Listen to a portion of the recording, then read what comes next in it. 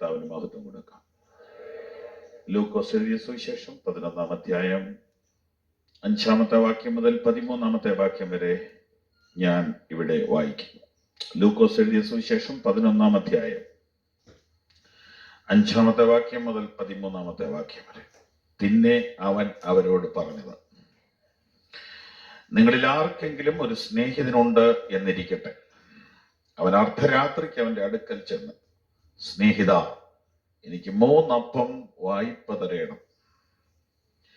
എന്റെ ഒരു സ്നേഹിതൻ വഴിയാത്രയിൽ എന്റെ അടുക്കൽ വന്നു.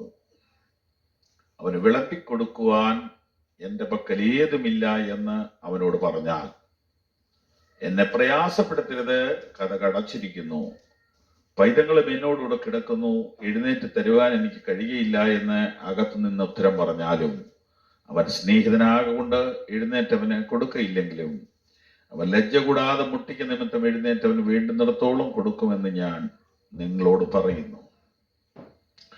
യാചിപ്പീൻ എന്നാൽ നിങ്ങൾക്ക് കിട്ടും, അന്വേഷിപ്പീൻ എന്നാൽ നിങ്ങൾ കണ്ടെത്തും, മുട്ടുവീൻ എന്നാൽ നിങ്ങൾക്ക് തുറക്കും. യാചിക്കുന്നവന് ഏവനും ലഭിക്കുന്നു, അന്വേഷിക്കുന്നവൻ കണ്ടെത്തുന്നു, മുട്ടുന്നവന് തുറക്കും എന്ന് ഞാൻ നിങ്ങളോട് പറയുന്നു. എന്നാൽ നിങ്ങളിൽ ഒരു അപ്പനോട് മകൻ അപ്പം ചോദിച്ചാൽ അവന് കല്ല് കൊടുക്കുമോ? അല്ല, മീൻ ചോദിച്ചാൽ മീനിന് പകരം പാമ്പിനെ കൊടുക്കുമോ? മുട്ട ചോദിച്ചാൽ തേളിനെ കൊടുക്കുമോ? അങ്ങനെ ദോഷികളായ നിങ്ങൾ നിങ്ങളുടെ മക്കൾക്ക് നല്ല ദാനങ്ങളെ കൊടുപ്പാൻ അറിയുന്നു എങ്കിൽ സ്വർഗസ്ഥനായ പിതാവ് തന്നോട് യാചിക്കുന്നവർക്ക് പരിശുദ്ധാത്മാവിനെ എത്ര അധികം കൊടുക്കും. പ്രാർത്ഥനയെക്കുറിച്ചുള്ള അനുഗ്രഹിക്കപ്പെട്ട ഒരു കോൺഫറൻസ് ഇപ്രകാരം നടത്തുവാൻ ദൈവത്താൽ പ്രേരിപ്പിക്കപ്പെട്ട ദൈവദാസന്മാരെ ഓർത്ത് ഞാൻ ദൈവത്തെ സ്തുതിക്കുകയും അവരുടെ അധ്വാനത്തെ അഭിനന്ദിക്കുകയും ചെയ്യുന്നു. ഈ ദേശത്ത് ദീർഘവർഷങ്ങളായി കർത്താവിന്റെ വേല ചെയ്യുന്ന ബഹുമാന്യനായ pastor Wilson Joseph, pastor കെ.ഒ. Mathew, മറ്റ് അനുഗ്രഹീതരായ കർത്തൃദാസന്മാർ, എനിക്ക് പ്രിയരും സ്നേഹിതരുമായ കൂട്ടുവേലക്കാർ, സഹോദരി സഹോദരന്മാർ, മിത്രങ്ങൾ, നാട്ടിൽ നിന്ന് വന്ന അനുഗ്രഹീതരായ അഭിഷിക്തന്മാർ, എല്ലാവർക്കായും ഞാൻ ദൈവത്തെ വാഴ്ത്തുന്നു. 25 വർഷത്തിൽ കൂടുതലായി ഞാൻ ഈ ലൂക്കോസിന്റെ സുവിശേഷം 11-ാം അധ്യായം പഠിക്കുകയും പഠിപ്പിക്കുകയും ചെയ്യുന്നു. ഇപ്പോഴും പഠിച്ചുകൊണ്ടിരിക്കുകയാണ്. യേശു കർത്താവിനോട് ശിഷ്യന്മാർ ആവശ്യപ്പെട്ടു, ഞങ്ങളെ പ്രാർത്ഥിക്കാൻ പഠിപ്പിക്കണമേ എന്ന്. 1-ാമത്തെ വാക്യത്തിലേക്ക് നോക്കുക. അവൻ ഒരു സ്ഥലത്ത് പ്രാർത്ഥിച്ചുകൊണ്ടിരുന്നു. തീർന്ന ശേഷം ശിഷ്യന്മാരിൽ ഒരുത്തൻ അവനോട്, കർത്താവേ, യോഹന്നാൻ തന്റെ ശിഷ്യന്മാരെ പഠിപ്പിച്ചതുപോലെ ഞങ്ങളെയും പ്രാർത്ഥിക്കാൻ പഠിപ്പിക്കണമേ എന്ന് പറഞ്ഞു. ഞാൻ ആവർത്തിച്ച് പറയാറുള്ള വാചകങ്ങൾ ഒന്നുകൂടെ പറയുകയാണ്. അതൊരു പുസ്തകത്തിൽ പുറത്ത് ഇറങ്ങിയിട്ടുണ്ട്, അത് ഞാൻ ആവർത്തിക്കുകയാണ്. ശിഷ്യന്മാർ യേശുവിനോട് മറ്റൊന്നും ആവശ്യപ്പെട്ടില്ല. വാസ്തവത്തിൽ പ്രസംഗിക്കുവാനാണ് യേശു കർത്താവ് അവരെ അയച്ചത്. എന്നാൽ പ്രസംഗം പഠിപ്പിക്കണമേ എന്നവർ ആവശ്യപ്പെട്ടില്ല. പാടാൻ പഠിപ്പിക്കണമേ എന്നവർ ആവശ്യപ്പെട്ടില്ല. ബോധങ്ങളെ പുറത്താക്കാൻ പഠിപ്പിക്കണമേ എന്നും അവർ ആവശ്യപ്പെട്ടില്ല. അവർ ഒരു കാര്യമേ ആവശ്യപ്പെട്ടുള്ളൂ, അത് പ്രാർത്ഥനയാണ്. അതെന്നെ വല്ലാതെ അത്ഭുതപ്പെടുത്തി. എല്ലാവർക്കും നിസ്സാരമെന്ന് തോന്നുന്ന കാര്യമാണ് ശിഷ്യന്മാർക്ക് പ്രധാനമെന്ന് തോന്നിയത്. ഈസി ആയിട്ട് ചെയ്യാവുന്ന ഒരു ജോലിയാണ് പ്രാർത്ഥന. പ്രാർത്ഥിക്കാത്ത ആരും തന്നെ കാണുകയില്ല. നിരീശ്വരവാദികളും എന്നെങ്കിലും ഒരിക്കൽ പ്രാർത്ഥിച്ചു കാണുമെന്നാണ് പറയപ്പെടുന്നത്. എന്റെ ദൈവമെന്ന് അറിയാതെ ഒരുത്തം വിളിച്ചാൽ അത് പ്രാർത്ഥനയാണ്. അപ്പൊ പ്രാർത്ഥിക്കാൻ അറിയാത്ത ആരാ ഉള്ളെ? ഒരു ഗ്രാമറും ഇല്ലെങ്കിലും പ്രാർത്ഥിക്കാം, ഒരു വേദജ്ഞാനം ഇല്ലെങ്കിലും പ്രാർത്ഥിക്കാം. ദാവീദ് ഒരു മല കയറുമ്പോൾ ഒരൊറ്റ നിലവിളി, ദൈവമേ, അഹിത്തോപ്പേലിന്റെ ആലോചനയെ വ്യർത്ഥമാക്കണമേ. ആ ഒരൊറ്റ വാക്ക് ഭയങ്കര എഫക്റ്റ് ഉണ്ടാക്കി. പ്രാർത്ഥന അത്രയേ ഉള്ളൂ, അത്രയേ ഉള്ളൂ പ്രാർത്ഥന എങ്കിൽ പിന്നെ എന്തിനാ പ്രാർത്ഥിക്കാൻ പഠിപ്പിക്കണമെന്ന് ഈ ശിഷ്യന്മാർ കർത്താവിനോട് പറഞ്ഞത്. അതെന്നെ വല്ലാതെ അത്ഭുതപ്പെടുത്തി. അപ്പോൾ നാം വിചാരിക്കുന്ന അത്ര ഈസി അല്ല പ്രാർത്ഥന, നാം വിചാരിക്കുന്ന അത്ര ലളിതമല്ല പ്രാർത്ഥന, നാം വിചാരിക്കുന്ന അത്ര നിസ്സാരമല്ല പ്രാർത്ഥന. നാം മനസ്സിലാക്കിയതിനേക്കാൾ, നാം പരിചയിച്ചതിനേക്കാൾ, നാം പ്രാർത്ഥിച്ചുകൊണ്ടിരിക്കുന്നതിനേക്കാൾ ശ്രേഷ്ഠവും കഠിനവുമായ ഒരു അധ്വാനം തന്നെ പ്രാർത്ഥനയ്ക്ക് ഉണ്ട്.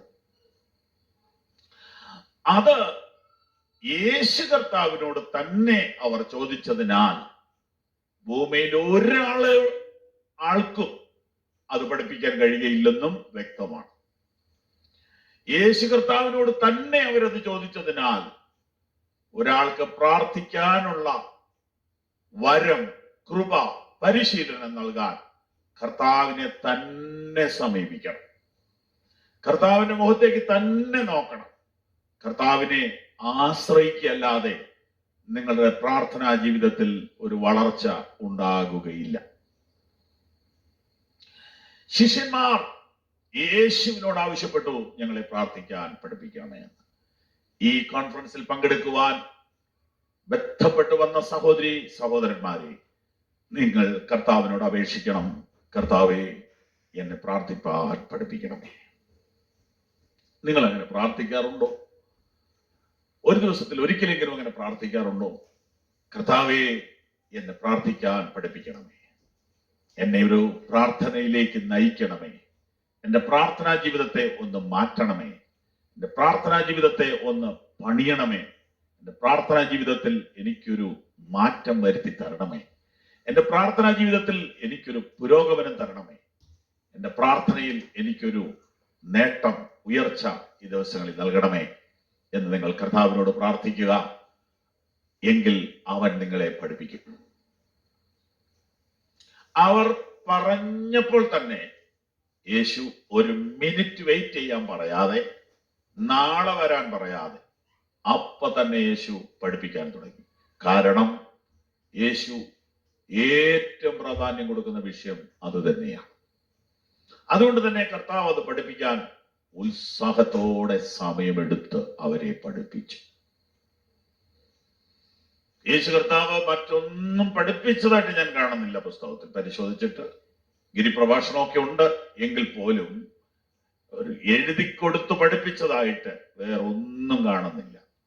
ഇത്ര ഇമ്പോർട്ടൻസ് കർത്താവ് ഇതിനെ കൊടുത്തു എങ്കിൽ ഇത് ചെറിയ കാര്യമല്ല എന്ന് ദൈവജനം അറിയട്ടെ. ഈ തലമുറയിലുള്ള വിശ്വാസികൾ, ദൈവദാസന്മാർ ഈ സത്യം അറിയട്ടെ. ഇന്ന് പകലിൽ ഈ രാജ്യത്ത് പ്രവർത്തിക്കുന്ന ഒരു ദൈവദാസനുമായിട്ട് സന്ദർഭവശാൽ ഒരു 15 മിനിറ്റ് വർത്തമാനം പറയാൻ അവസരം കിട്ടി. എന്തോ പറഞ്ഞു വന്ന കൂടെ ഞങ്ങൾ ആത്മീയമായ ആഴമുള്ള വിഷയങ്ങളിലേക്ക് പോകാനിടയായി. അപ്പോൾ അദ്ദേഹത്തിന്റെ അനുഭവം എന്നോട് പറഞ്ഞു. ചില പ്രത്യേക സാഹചര്യത്തിലൂടെ ദൈവം നടത്തിയപ്പോഴാണ് ദൈവം വിളിയുടെ പ്രാഥമിക ഉദ്ദേശം എന്താണെന്ന് തിരിച്ചറിഞ്ഞത്.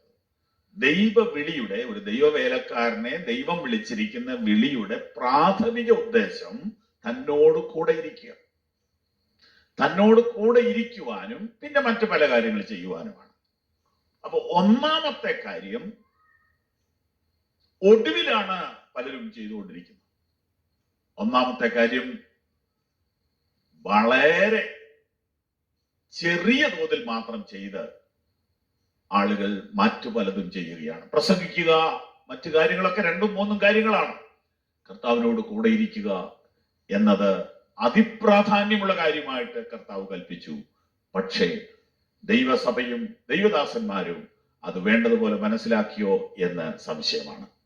അതുകൊണ്ട് തന്നെ എന്ത് സംഭവിക്കുന്നു ചോദിച്ചാൽ, എന്തൊക്കെയോ ചെയ്യുന്നുണ്ടെങ്കിലും ഒരിക്കൽ പോലും ഒരു തൃപ്തിയുള്ള മുഖമില്ല, ഒരിക്കൽ പോലും ഒരു റെസ്റ്റ് കിട്ടുന്നില്ല, ഒരിക്കൽ പോലും ഒരു ആത്മീയ സമാധാനം ലഭിക്കുന്നില്ല.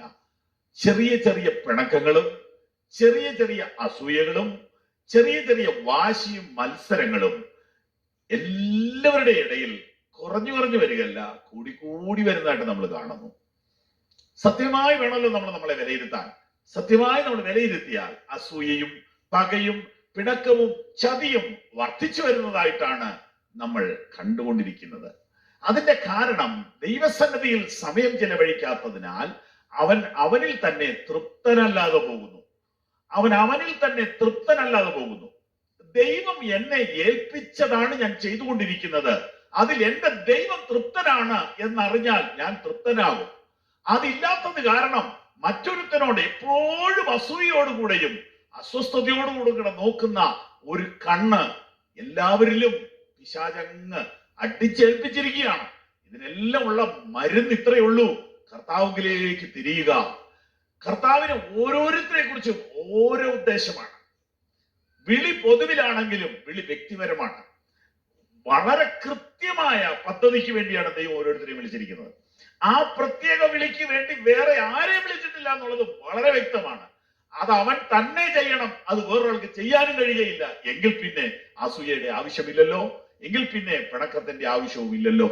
ആകയാൽ കർത്താവിന്റെ മുഖത്തേക്ക് നോക്കുക എന്നതിന്റെ പ്രാധാന്യത മനസ്സിലാക്കാത്തത് ഒരു വലിയ തകർച്ചയായി ഇക്കാലഘട്ടത്തിലെ ദൈവമക്കൾ എന്ന് വിശേഷിപ്പിക്കപ്പെടുന്നവരെ വിഴുങ്ങിക്കളഞ്ഞിരിക്കുന്നു എന്ന കാര്യം നാം അറിയാൻ വൈകരുത്. പ്രാർത്ഥനയെ വേണ്ടതുപോലെ മനസ്സിലാക്കാതിരിക്കുന്നത് മറ്റൊരു അപകടമാണ്. പ്രാർത്ഥനയെക്കുറിച്ച് തെറ്റായി മനസ്സിലാക്കുന്നത് അതിനേക്കാൾ തെറ്റായ അപകടമാണ്. നോക്കൂ, ഇന്ന് നമുക്ക് ഈ വേദഭാഗം അല്പസമയം ധ്യാനിക്കാം.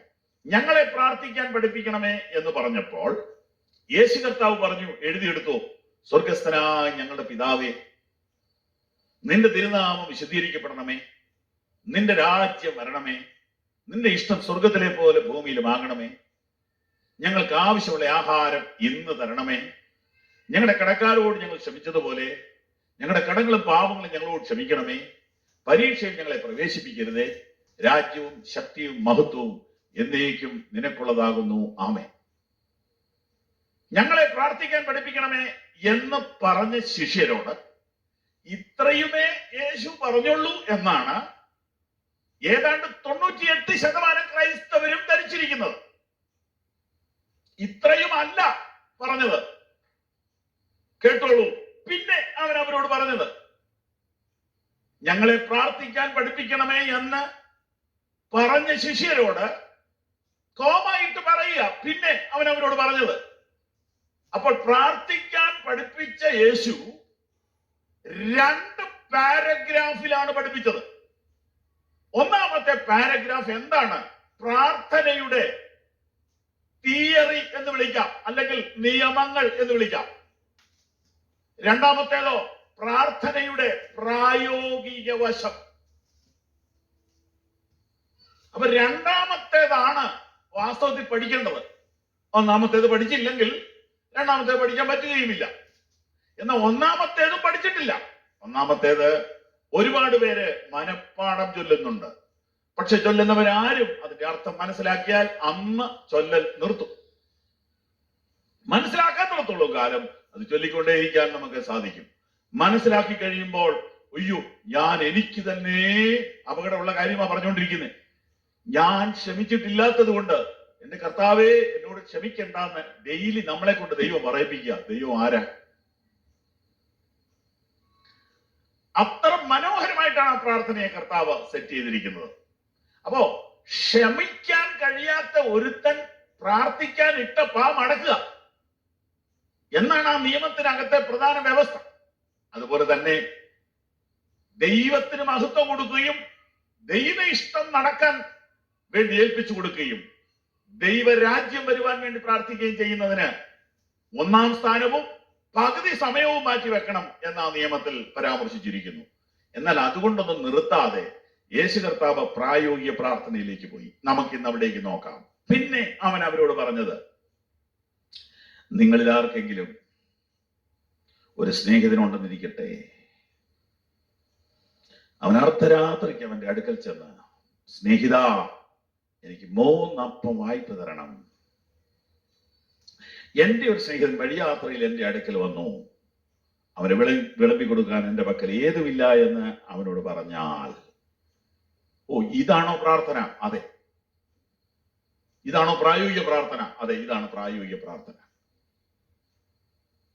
അർദ്ധരാത്രിക്ക്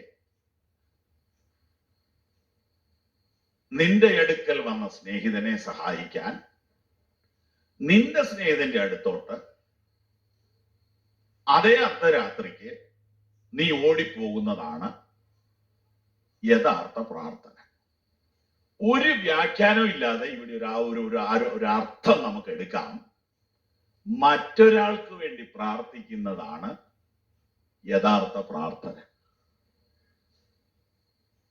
കർത്തൃപ്രാർത്ഥനയുടെ ആദ്യ ഭാഗത്ത് നമുക്ക് വേണ്ടിയാണ് നമ്മൾ പ്രാർത്ഥിച്ചത്. എന്നാൽ രണ്ടാം ഭാഗത്ത് നമുക്ക് വേണ്ടി അല്ല. പിന്നെയും അവൻ അവരോട് പറഞ്ഞത്, അത് കേട്ടില്ല, അത് പഠിച്ചില്ല. അതാണ് പഠിക്കേണ്ടത്. മറ്റൊരാൾക്ക് വേണ്ടിയാണ് ഇപ്പോൾ ഈ മനുഷ്യൻ ഈ ഓടുന്നത്, ഈ മുട്ടുന്നത്, ഈ കെഞ്ചുന്നത്, ഈ നാണം കെടുന്നത്. തനിക്ക് വേണ്ടിയല്ല, മറ്റൊരാൾക്ക് വേണ്ടിയാണ്. അർദ്ധരാത്രിക്ക് ഓടിച്ചെന്ന് മുട്ടുവാൻ ഒരു സ്നേഹിതൻ ഇവനുള്ളത് അവൻ മറ്റൊരാൾക്ക് വേണ്ടി ഉപയോഗിക്കുകയാണ്. ഇവൻ ആ സ്നേഹിതനുമായിട്ടുള്ള ബന്ധം വളരെ ഡീപ്പാണ്, വളരെ ഷാർപ്പാണ്, അതിനൊരു സംശയമില്ല. അതുകൊണ്ടാണ് ആ സമയത്തൊക്കെ എങ്ങനെ പോകാനും എന്നെ ബുദ്ധിമുട്ടിക്കരുതെന്ന് പറഞ്ഞിട്ട് പിന്നെയും മുട്ടാനും ഒക്കെ സാധിക്കുന്നത്. ബന്ധം വളരെ ശക്തമായതുകൊണ്ട്. ഇങ്ങനെയൊരു ബന്ധം ഈ സ്നേഹിതനുമായി ഇവനുള്ളത് ഇവന് വേണ്ടിയാണ് ഇതിനു മുൻപൊക്കെ ഉപയോഗിച്ചിട്ടുള്ളത്. എന്നാൽ ഇപ്പോൾ മറ്റൊരാൾക്ക് വേണ്ടി അവൻ അത് ഉപയോഗിക്കുകയാണ്. വളരെ സിമ്പിളായിട്ട് ഞാൻ പറയാം. കർത്താവായ യേശുവിൽ കൂടെ ഒരുപാട് നന്മകളും അനുഗ്രഹങ്ങളും പ്രാപിച്ചവരും പ്രാർത്ഥിച്ചു മേടിച്ചവരുമാണ് നമ്മൾ. അങ്ങനെ ഈ സ്നേഹിതരെ നമുക്ക് നല്ല പരിചയമാണ്. എപ്പോ വിളിച്ചാലും ഉത്തരം തരുമെന്ന് നമുക്കൊക്കെ പരിചയമുണ്ട്.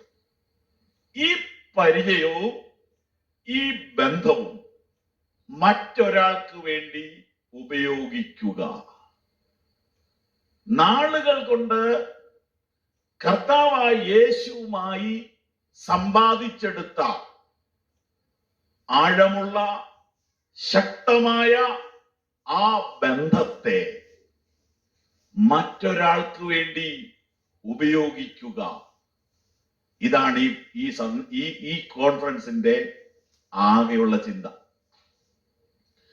നമുക്ക് വേണ്ടി നാം പ്രാർത്ഥിക്കുന്നത് നിർത്തരുത്.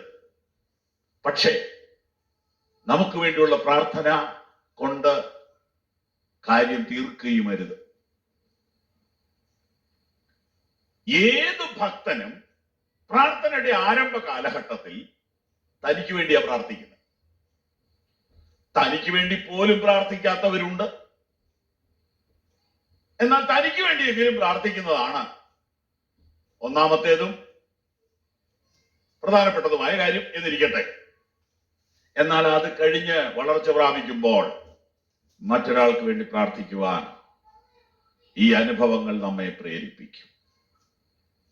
അതിലേക്ക് ഉയരുന്നില്ല എങ്കിൽ നമ്മുടെ പ്രാർത്ഥനാ ജീവിതം കൊണ്ട് കാര്യമായ പ്രയോജനമൊന്നുമില്ല. എന്താണ് പല സഭകൾക്കും സംഭവിച്ചത്, പല കുടുംബങ്ങൾക്കും സംഭവിച്ചത്? ഞെരുക്കത്തിന്റെ കാലത്തും കഷ്ടതയുടെ കാലത്തും അവർ വളരെ പ്രാർത്ഥിച്ചു. എന്തുകൊണ്ട്? ഞെരുക്കം മാറാനും കഷ്ടത മാറാനും. സഭാ ഹോളുകൾ ഇല്ലാഞ്ഞപ്പോൾ കണ്ണുനീരോടെ പ്രാർത്ഥിച്ചു. ജോലി ഇല്ലാതിരുന്നപ്പോൾ കണ്ണുനീരോടെ പ്രാർത്ഥിച്ചു.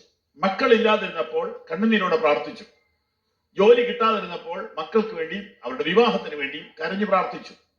കാര്യങ്ങളെല്ലാം ഒന്ന് സെറ്റിലായപ്പോൾ പ്രാർത്ഥന കുറഞ്ഞു. പ്രാർത്ഥന കുറഞ്ഞപ്പോൾ വേറെ പലതും കൂടി. അങ്ങനെ വന്നപ്പോൾ ആത്മീയ നിലവാരം ഒരുപാട് താഴോട്ട് പോയി. പിന്നെ വെറുതെ ഒരു കൂട്ടമായി മുമ്പോട്ട് പോയിക്കൊണ്ടിരിക്കുകയാണ്. എന്താ കാരണം? രണ്ടാമത്തെ പ്രയറിലേക്ക് കയറിയില്ല. അപ്പൊ നമ്മളെ ഇനി ഉണർത്തണമെങ്കിൽ ദൈവം നമുക്ക് പഴയ പോലെ ഒരു കഷ്ടകാലത്തിലേക്ക് നമ്മളെ തിരിക്കണം. ദുഃഖങ്ങളും ദുരിതങ്ങളും വേദനകളും ഉണ്ടെങ്കിലേ നീ പ്രാർത്ഥിക്കൂ എന്നാണ് നിന്റെ ശീലമെങ്കിൽ ദൈവം എന്ത് ചെയ്യണം? നിനക്ക് ദുരിതങ്ങൾ തന്നുകൊണ്ടേയിരിക്കണം. എന്നാൽ അതല്ല ദൈവത്തിന്റെ പ്ലാൻ. ഈ ദുഃഖങ്ങളും ദുരിതങ്ങളും ഉള്ളപ്പോൾ ദൈവത്തിലേക്ക് തിരിഞ്ഞ് നിലവിളിച്ച് നല്ല അനുഭവമുള്ള നീ മറ്റൊരാൾക്ക് വേണ്ടി ഈ ബന്ധത്തെ ഉപയോഗിക്കണം. മറ്റൊരാൾക്ക് വേണ്ടി ഈ ബന്ധത്തെ ഉപയോഗിക്കണം. നിനക്കറിയാം ഈ സ്നേഹിതന്റെ കാര്യം. അവൻ ഏത് നേരത്തും സഹായിക്കുന്നവനാണ്, ഏത് വ്യക്തിയെയും സഹായിക്കുന്നവനാണ്, പരിധിയില്ലാതെ സഹായിക്കുന്നവനാണ്, വേണ്ടുന്നിടത്തോളം കൊടുക്കുന്നവനാണ്, എല്ലാം ഉള്ളവനാണ്. അവനോട് പറഞ്ഞാൽ തരും, അവനോട് ചോദിച്ചാൽ കിട്ടും എന്ന് നിനക്ക് നല്ല ഉറപ്പുണ്ടെങ്കിൽ ഇത് 10,000-ങ്ങൾക്ക് വേണ്ടി ഉപയോഗിക്കാം, ഇത് ലക്ഷങ്ങൾക്ക് വേണ്ടി ഉപയോഗിക്കാം. നീ തിന്നിട്ട് ചവിട്ടിക്കളയുന്ന അപ്പം, രുചി നോക്കാൻ കിട്ടാത്ത ലക്ഷങ്ങൾ ലോകത്തിലുണ്ട്. ഈ അപ്പം നീ ഉണ്ടാക്കിയതല്ല, നിനക്ക് നിന്റെ സ്നേഹിതൻ തന്നതാ. ജീവന്റെ അപ്പം, ആത്മീയ ഭക്ഷണം ഇഷ്ടം പോലെ കഴിച്ചിട്ട് ഇപ്പൊ വെറൈറ്റി നോക്കി പോകുന്ന എനിക്കും നിങ്ങൾക്കും ഇതിന്റെ രുചി പോലും നോക്കാത്ത ആളുകൾക്ക് വേണ്ടി ഈ അപ്പത്തെ ഉപയോഗിക്കുന്നതിനെ കുറിച്ച് ഒരു ചിന്താഭാരം വന്നില്ലെങ്കിൽ എന്തൊരു ദുഃഖവും എന്തൊരു പരിതാപകരവുമാണ്. പിന്നെയും അവനവരോട് പറഞ്ഞത്, നിങ്ങളിൽ ഒരാൾക്കൊരു സ്നേഹിതൻ ഉണ്ടെന്നിരിക്കട്ടെ. ഈ പ്രാർത്ഥനയിൽ നിന്ന് ഞാൻ 7 കാര്യങ്ങൾ ഇന്ന് രാത്രി പറയാൻ പോവുകയാണ്. ഒന്നാമത്തെ കാര്യം, പ്രാർത്ഥനയ്ക്ക് സമയഭേദം ഇല്ല. കർത്താവ് വെറുതെ ഒരു വാക്ക് പോലും പറയത്തില്ല. ഈ പ്രോഗ്രാം ഒരു അർദ്ധരാത്രിയാക്കിയത് എന്തിനാ? ഒരാൾ വീട്ടിലോട്ട് വന്നത് ഉച്ചയ്ക്കാകാം, 4 മണിക്കാകാം, രാവിലെയാകാം. പക്ഷെ കർത്താവിന് അങ്ങനെ ഒരാൾ ഒരു വീട്ടിൽ വന്നാൽ പോരാ, കർത്താവ് ഉദ്ദേശിച്ച ആശയം പറയണം, ഉപമയ. അപ്പോ ഉണ്ടെന്നിരിക്കട്ടെ എന്നാ പറഞ്ഞത്. അപ്പൊ ആ കഥാകൃത്തിന് അത് എങ്ങനെയും ആക്കാം. അപ്പൊ കർത്താവ് തിരഞ്ഞെടുത്ത സമയം അർദ്ധരാത്രിയാ. ശ്രദ്ധിച്ചോളൂ, മധ്യസ്ഥ പ്രാർത്ഥനയുടെ സമയം രാത്രിയാ. പ്രാർത്ഥനയുടെ യഥാർത്ഥ സമയം അർദ്ധരാത്രിയാ. എല്ലാവരും ഉറങ്ങുമ്പോഴാണ് പ്രാർത്ഥനക്കാരൻ എഴുന്നേൽക്കുന്നത്. എല്ലാ ശബ്ദവും അവസാനിക്കുമ്പോഴാ മധ്യസ്ഥ പ്രാർത്ഥനക്കാരന്റെ ശബ്ദം ഉയരുന്നത്. പ്രാർത്ഥനയ്ക്ക് സമയഭേദമില്ല. രാവിലെ പ്രാർത്ഥിക്കാം, ഉച്ചയ്ക്ക് പ്രാർത്ഥിക്കാം, 4 മണിക്ക് പ്രാർത്ഥിക്കാം, വൈകിട്ട് പ്രാർത്ഥിക്കാം, രാത്രി പ്രാർത്ഥിക്കാം, അർദ്ധരാത്രിക്ക് പ്രാർത്ഥിക്കാം, വെളുപ്പിനെ പ്രാർത്ഥിക്കാം. പഴയ നിയമം പഠിച്ചവർക്ക് 3 നേരം പ്രാർത്ഥനയാണ്. കാലത്തും ഉച്ചയ്ക്കും വൈകുന്നേരത്തും സങ്കടം ബോധിപ്പിച്ച് കരയും. പുതിയ നിയമം പഠിക്കുന്നവന് ഏത് നേരത്തും ആത്മാവിൽ പ്രാർത്ഥിക്കും. വ്യത്യാസം ഭയങ്കര വ്യത്യാസമാണ്. പഴയ നിയമം വായിക്കണം, പഠിക്കണം, പക്ഷെ പഴയ നിയമത്തിൽ നിൽക്കരുത്. പുതിയ നിയമത്തോട്ട് വരണം. പഴയ നിയമം തന്നെ പഠിച്ച് പുതിയ നിയമത്തോട്ട് വരാത്ത ഒരുപാട് പേരുണ്ട്. ഞാൻ പലരെയും അടുത്തിടപെട്ട് നോക്കിയിട്ടുണ്ട്. പുതിയ നിയമത്തിലേക്ക് വന്നില്ലെങ്കിൽ നാം അതിന്റെ യഥാർത്ഥ സത്യം അറിയത്തില്ല. 3 നേരം പ്രാർത്ഥന, സമയബന്ധിത പ്രാർത്ഥനക്കാരായിരുന്നു അവർ. സമയബന്ധിത പ്രാർത്ഥന അത് ചടങ്ങ് പ്രാർത്ഥനയായിരുന്നു. എന്നാൽ യേശു കർത്താവ് പഠിപ്പിക്കുന്ന പ്രാർത്ഥന അതിൽ നിന്നൊക്കെ ഒരുപാട് വ്യത്യാസമാണ്. ഇടവിടാതെ പ്രാർത്ഥിക്കുകയും ഏത് നേരത്തും ആത്മാവിൽ പ്രാർത്ഥിക്കുകയും ഭേദം ഇല്ല. ഏത് സമയത്തും നിങ്ങൾക്ക് ഓടിച്ചെല്ലാവുന്ന സ്ഥലമാണ് കർത്താവിന്റെ സന്നിധി.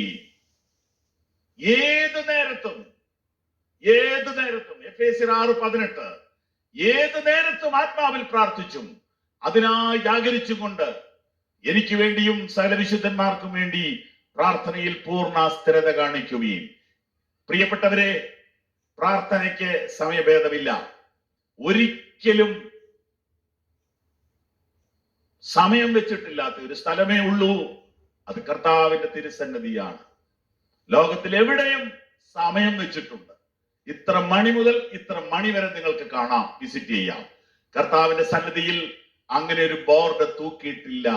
അവിടെ തൂക്കിയിരിക്കുന്നത് ഇതാണ്, ഏതു നേരത്തും.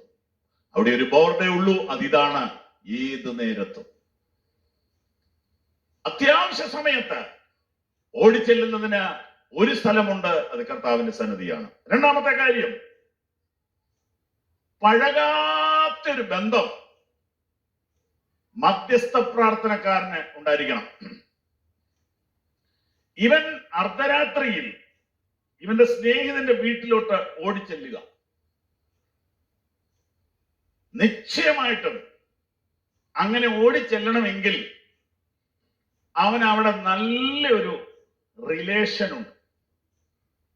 രാത്രിയിൽ ഓടണമെങ്കിൽ വഴി നല്ല നിശ്ചയം വേണം, ഇല്ലെങ്കിൽ കാല് തെറ്റി കിണറ്റി വീഴും. അർദ്ധരാത്രിയിൽ ഓടിച്ചെല്ലാൻ കഴിയുന്ന ബന്ധം അവൻ ആ വീടുമായിട്ട് ഉണ്ടായിരുന്നു. അവൻ രാവിലെ അവിടെ പോയിട്ടുണ്ട്, ഉച്ചയ്ക്കും അവിടെ പോയതാ. അതുകൊണ്ടാണ് ആ രാത്രിയിൽ അവന് അങ്ങനെ ഓടാൻ സാധിച്ചത്. മാത്രവുമല്ല, അവൻ അവിടെ ചെന്ന് മുട്ടിയപ്പോൾ 12:30 മണി കഴിഞ്ഞു, 1 മണിയായി. വീട്ടുകാര് കൂർക്കം വലിച്ചുറങ്ങുകയാണ്. കർത്താവ് പറഞ്ഞ ഉപമയാ. ആ ഉറക്കത്തിൽ കിടക്കുന്ന അവരെ 1 മുട്ടി, 2 മുട്ടി, 3 മുട്ടി. ഇങ്ങനെ അവരെ ഡിസ്റ്റർബ് ചെയ്യാൻ അവന് കഴിയുന്നതിന്റെ ഒരു കാരണം, ആ ബന്ധം അത്ര ഊഷ്മളമാണ്, അത്ര ഡീപ്പാണ്. ഒരു വിധത്തിലും തെറ്റിദ്ധരിക്കയില്ല എന്ന നല്ല ബോധ്യമുള്ളത് കൊണ്ടാണ് അവൻ അങ്ങനെ മുട്ടാൻ സാധിച്ചത്. കർത്താവുമായുള്ള നമ്മുടെ ബന്ധത്തെയാണ് ഈ രണ്ടാമത്തെ ഭാഗം നമ്മെ കാണിച്ചു തരുന്നത്. കർത്താവുമായുള്ള നമ്മുടെ ആഴമുള്ള ബന്ധത്തിൽ നിന്ന് മാത്രമേ മധ്യസ്ഥ പ്രാർത്ഥന ഉണ്ടാകുന്നുള്ളൂ. കർത്താവുമായുള്ള നമ്മുടെ ആഴമുള്ള ബന്ധത്തിൽ നിന്ന് മാത്രമേ ആഴമുള്ള പ്രാർത്ഥനകൾ ഉയരുന്നുള്ളൂ. നമുക്ക് എന്തെങ്കിലും ഒരു ആവശ്യം വരുമ്പം എന്റെ ദൈവമേ എന്നെ സഹായിക്കണമെന്ന് പറയുന്ന ഒരാൾക്ക് മധ്യസ്ഥ പ്രാർത്ഥനയിലേക്കൊന്നും വളരാൻ കഴിയത്തില്ല. കർത്താവുമായ ഒരു അടുത്ത ബന്ധം നമ്മുടെ ഹൃദയത്തിൽ വളർന്നു വളർന്നു വളർന്നു വരുമ്പോൾ നാം പ്രാർത്ഥിക്കാതിരിക്കാൻ മേലാത്ത അവസ്ഥയിലേക്ക് വരും. അപ്പോൾ നാം മറ്റുള്ളവർക്ക് വേണ്ടി പ്രാർത്ഥിക്കുന്നവരായി തീരും. പ്രാർത്ഥന നമ്മുടെ ഒരു ആഹാരമായി മാറും. പ്രാർത്ഥന നമുക്ക് നിർത്താൻ മേലാത്ത ഒരു അനുഭവമായി മാറും. അത്ര ആഴമുള്ള ബന്ധം ഇവന് ഈ സ്നേഹിതനുമായിട്ട് ഉണ്ടായിരുന്നു. മൂന്നാമത്തെ കാര്യം, പ്രാർത്ഥനയിൽ കർത്താവ് പഠിപ്പിച്ച ഉപമയിലെ മൂന്നാമത്തെ കാര്യം, ആവശ്യബോധത്തിന്റെ തീഷ്ണതയാണ് മടുപ്പിനെ അതിജീവിക്കാൻ സഹായിക്കുന്നത്. ഇവൻ അവിടെ ചെന്നു,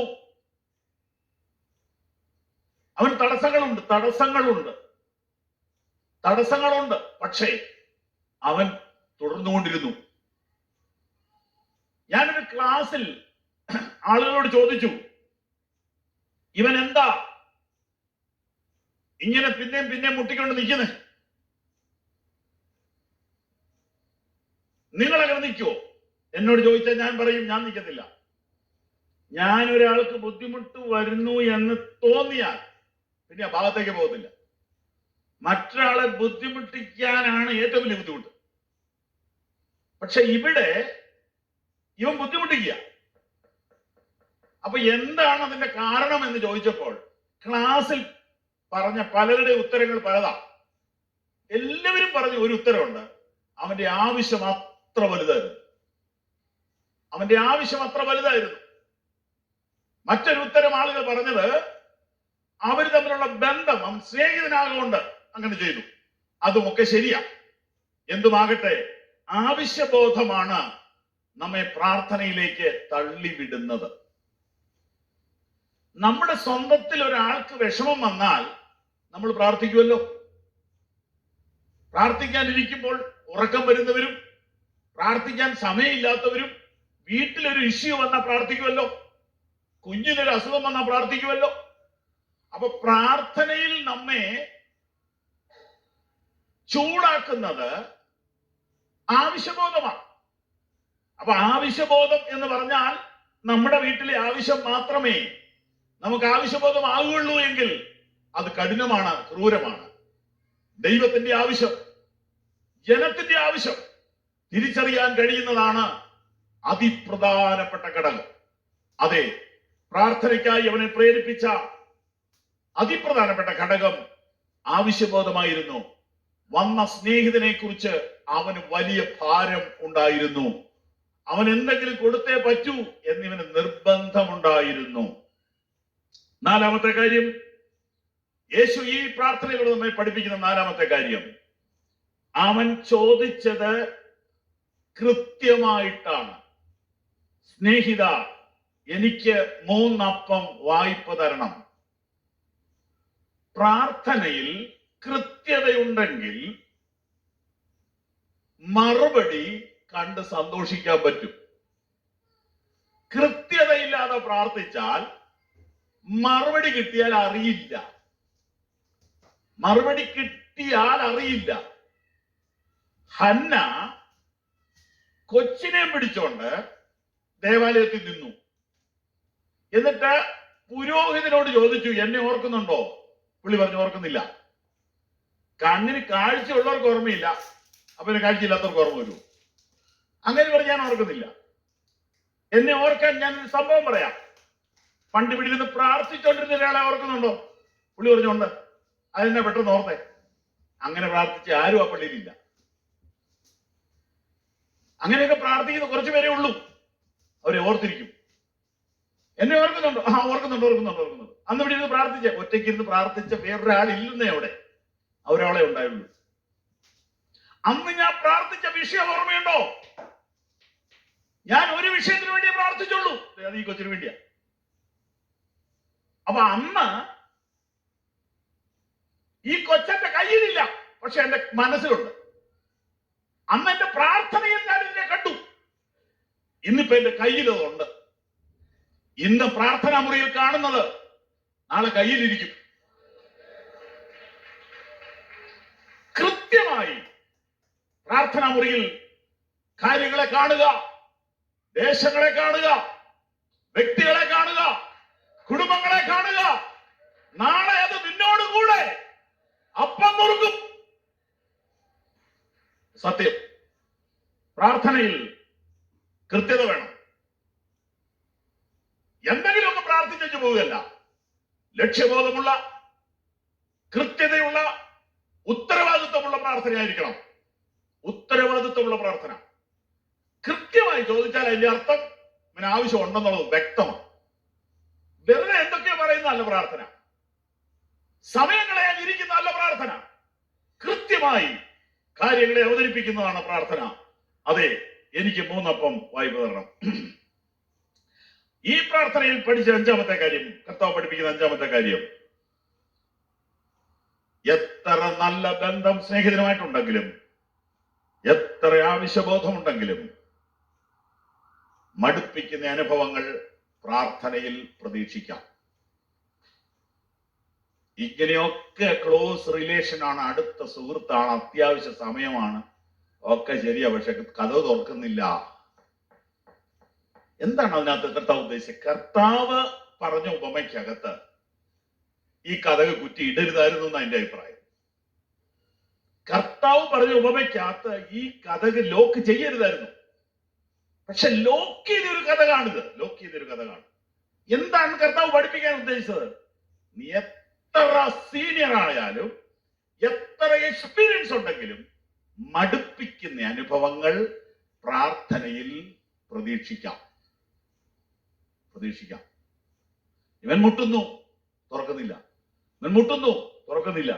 ഇവൻ മുട്ടുന്നു, തുറക്കുന്നില്ല. പക്ഷെ അവൻ മുട്ടിക്കൊണ്ടേയിരിക്കുക. വായിച്ചു നോക്കി 7-ാം വാക്യം. എന്നെ പ്രയാസപ്പെടുത്തരുത്, കഥ കടച്ചിരിക്കുന്നു, പൈതങ്ങൾ ഇവനോടുകൂടെ കിടക്കുന്നു, എഴുന്നേറ്റ് തരുവാ എനിക്ക് കഴിയുകയില്ലെന്ന് അകത്തുനിന്ന് ഉത്തരം പറഞ്ഞാലും അവൻ പിന്നെ മുട്ടിക്കൊണ്ടിരിക്കുക. അവൻ ലജ്ജ കൂടാതെ മുട്ടിക്ക് നിമിത്തം എഴുന്നേറ്റ് അവന് വേണ്ടുന്നിടത്തോളം കൊടുക്കും. കർത്താവ് എന്തിനാ ഇങ്ങനെ ഇത് പറഞ്ഞത്? ഈ മനുഷ്യനെ പോലെയാണോ ദൈവം? ദൈവം ഇങ്ങനെ കഥ കടച്ച് കിടക്കുകയാണോ? ദൈവം തമ്പുരാൻ ഉറങ്ങുന്നില്ലെന്നല്ലേ ബൈബിളിൽ എഴുതിയിരിക്കുന്നത്? പിന്നെ എന്താ ഇങ്ങനെ എഴുതിയത്? ഉപമയാ. ദൈവം ഉറങ്ങുന്നൊന്നുമല്ല, പക്ഷെ മടുപ്പിക്കുന്ന അനുഭവങ്ങൾ വന്നാലും മുട്ടിക്കൊണ്ടിരിക്കണമെന്ന് പഠിപ്പിക്കാനാണ് ഈ ഉപമ പറഞ്ഞത്. പ്രാർത്ഥനയിൽ മടുപ്പ് അനുഭവപ്പെട്ടിട്ടുണ്ടോ ഒരിക്കലെങ്കിലും? ഒന്ന് കൈ ഉയർത്താമോ? പ്രാർത്ഥനയിൽ ഒരിക്കലെങ്കിലും മടുപ്പ് അനുഭവപ്പെട്ടിട്ടുണ്ടോ? സ്തോത്രം. വേറൊരാൾ എന്നോട് പറഞ്ഞു, എനിക്ക് ഇന്ന് വരെ മടുപ്പ് അനുഭവപ്പെട്ടിട്ടില്ല. കാരണം ഞാൻ പ്രാർത്ഥിച്ചിട്ടില്ല. ഞാൻ അങ്ങനെ സീരിയസ് ആയ വിഷയങ്ങളൊന്നും പ്രാർത്ഥിച്ചിട്ടില്ല. അതുകൊണ്ടാണ് മടുപ്പ് വരാത്തത്. കാര്യമായ പ്രാർത്ഥന ചെയ്തിട്ടുള്ളവരെല്ലാം മടുപ്പ് എന്ന വലിയ വിഷയത്തെ അഭിമുഖീകരിച്ചിട്ടുണ്ട്. ഇവിടെ ഇവൻ മുട്ടി തുറക്കുന്നില്ല, എന്നിട്ട് താഴെ പറയുക മുട്ടുവീൻ തുറക്കപ്പെടുന്നത്. മുട്ടുവീൻ തുറക്കുകയല്ലെന്നല്ല എഴുതേണ്ടത്. കർത്താവ് പഠിപ്പിക്കുക, നമ്മളിത് പഠിക്കണം. അപ്പോൾ എത്ര വലിയ പ്രാർത്ഥന വീരനാണെങ്കിലും ഒന്നാമത്തെ മുട്ടിനൊന്നും തുറക്കുമെന്ന് ധരിക്കണ്ട. സ്തോത്രം. ഒന്നാമത്തെ മുട്ടിനോ രണ്ടാമത്തെ മുട്ടിനോ 12ാമത്തെ മുട്ടിനോ തുറക്കുമെന്ന് പ്രതീക്ഷിക്കണ്ട. പക്ഷെ മുട്ടിക്കൊണ്ടിരിക്കുക. അപ്പൊ പിന്നെ എത്ര പ്രാവശ്യം മുട്ടണം സാറേ?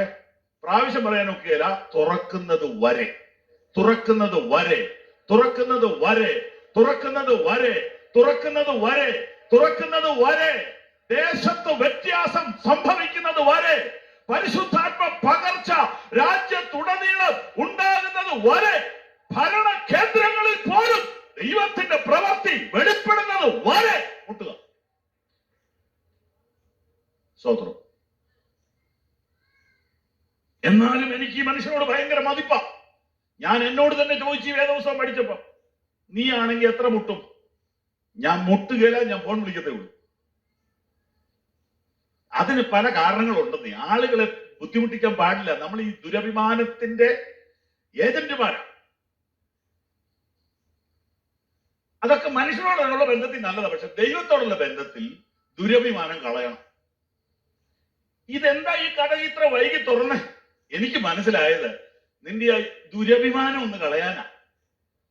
സ്തോത്രം.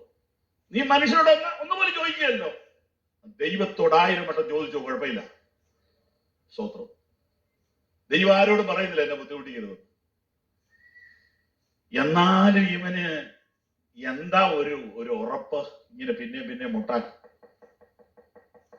ഉറപ്പെന്നാന്നുള്ളൊരു ചോദ്യത്തിന് പലരും പല ഉത്തരവാ പറഞ്ഞത്. ശരിയായ ഉത്തരം വേണ്ട ഒരു 7-ാം വാക്യത്തിലോട്ട് നോക്കിക്കോണം. എന്നെ പ്രയാസപ്പെടുത്തരുത്, കഥ കടച്ചിരിക്കുന്നു, പൈതങ്ങൾ എന്നോട് കിടക്കുന്നു, എഴുന്നേറ്റ് തരാൻ കഴിയത്തില്ല.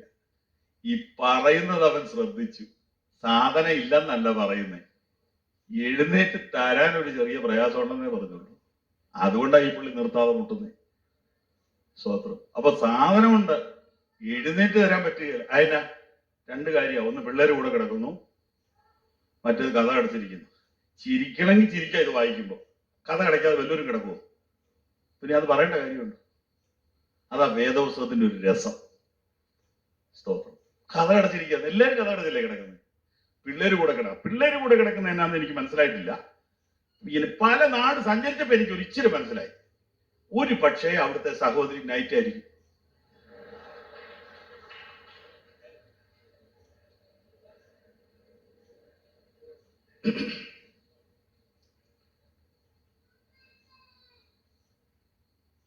പക്ഷെ ഇതൊന്നും യേശു കർത്താവിനെ സംബന്ധിച്ച് പിള്ളേരെ കൂടെ കിടക്കുകയല്ല, നമുക്കറിയാം.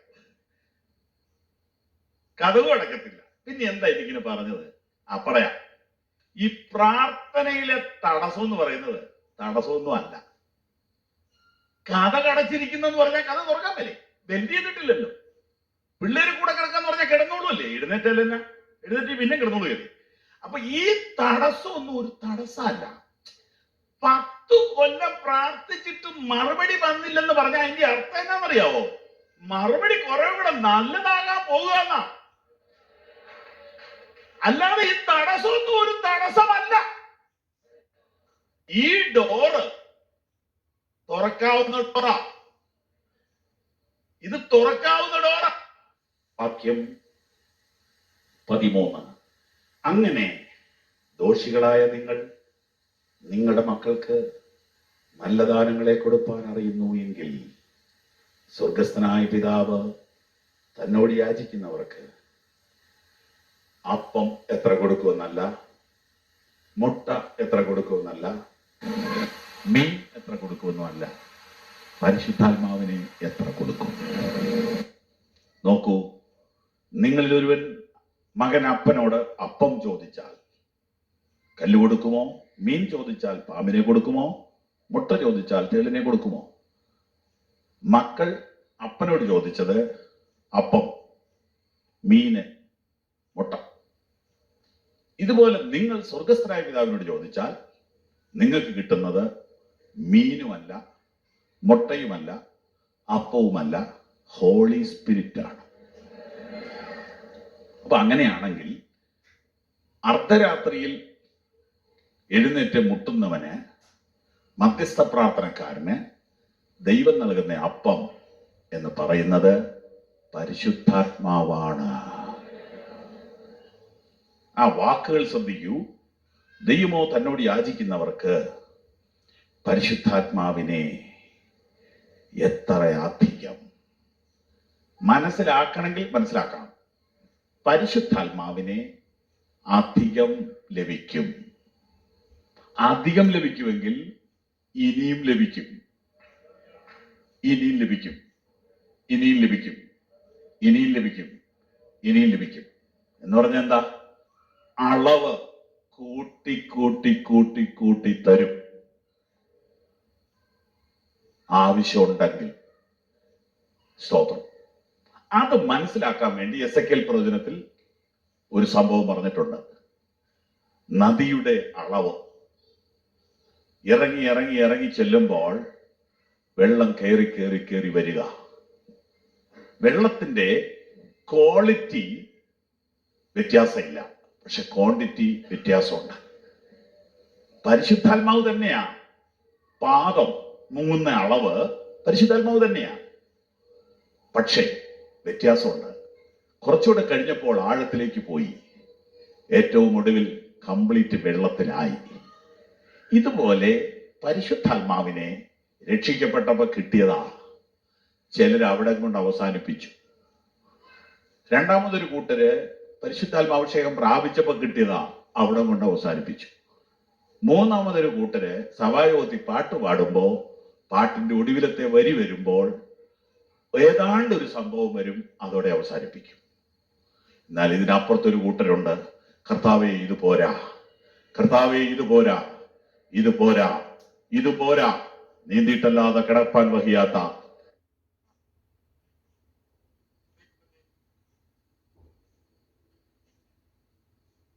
കാര്യം പ്രാർത്ഥിച്ചാൽ മതി. അഭിഷേകത്തിന് വേണ്ടി, ആത്മനിറവിന് വേണ്ടി അത് മതി. അതുണ്ടെങ്കിൽ എല്ലാം ആയി. പരിശുദ്ധാത്മാവിന്റെ ഒരു പുതിയ അളവ്, പുതിയൊരു അഭിഷേകം, പുതിയൊരു നിറവ് നമുക്ക് ലഭിച്ചില്ലെങ്കിൽ നമുക്ക് പ്രാർത്ഥിക്കാനും പറ്റുകയില്ല, നമുക്ക് ക്രിസ്തീയ ജീവിതം എൻജോയ് ചെയ്യാനും പറ്റത്തില്ല. എനിക്ക് വേണ്ടി പ്രാർത്ഥിക്കണമെന്ന് ആഗ്രഹിക്കുന്നവർ കൈ ഉയർത്തിപ്പിടിച്ചാൽ, മറ്റുള്ളവർക്ക് വേണ്ടി പ്രാർത്ഥിക്കുന്ന ആഴമുള്ളവർക്ക് വേണ്ടി ഞാൻ എന്നെ തന്നെ സമർപ്പിക്കുന്നു എന്ന് പറയുന്നവർ കൈ ഉയർത്തിപ്പിടിച്ചാൽ, പ്രിയ കർത്താവേ, ഈ വചനത്തിന്റെ അടിസ്ഥാനത്തിൽ യേശുവിന്റെ നാമത്തിൽ ഞാൻ ഈ ജനത്തിന് വേണ്ടി പ്രാർത്ഥിക്കുന്നു. ഇന്ന് രാത്രിയിൽ ഇപ്പോൾ തന്നെ അവരുടെ ശരീരത്തിലും മനസ്സിലും ആത്മാവിലും പരിശുദ്ധാത്മാവിന് ഒരു പുതിയ ചലനം അവർക്ക് അനുഭവിപ്പാൻ കർത്താവ് കൃപ ചെയ്യുമാറാകണമേ. പ്രാർത്ഥനയിൽ ഒരു ചേഞ്ച് ഇന്ന് രാത്രി അവരുടെ ജീവിതത്തിൽ വരുത്തുമാറാകണമേ. പ്രാർത്ഥിക്കാതിരിക്കാൻ പറ്റാത്ത ഒരു അവസ്ഥയിൽ ഇപ്പോൾ തന്നെ ഒരു രൂപാന്തരം അവരുടെ ആത്മാവിൽ സംഭവിക്കട്ടെ. അവരുടെ നാവിൽ ആ ചലനം ഇപ്പോൾ തന്നെ ആരംഭിക്കട്ടെ. അവരുടെ കൈകളിൽ ആ ചലനം ഇപ്പോൾ തന്നെ ആരംഭിക്കട്ടെ. അവരുടെ കാലുകളിൽ അഭിഷേകത്തിന്റെ പുത്തൻ ചലനം ഇപ്പോൾ തന്നെ ആരംഭിക്കട്ടെ.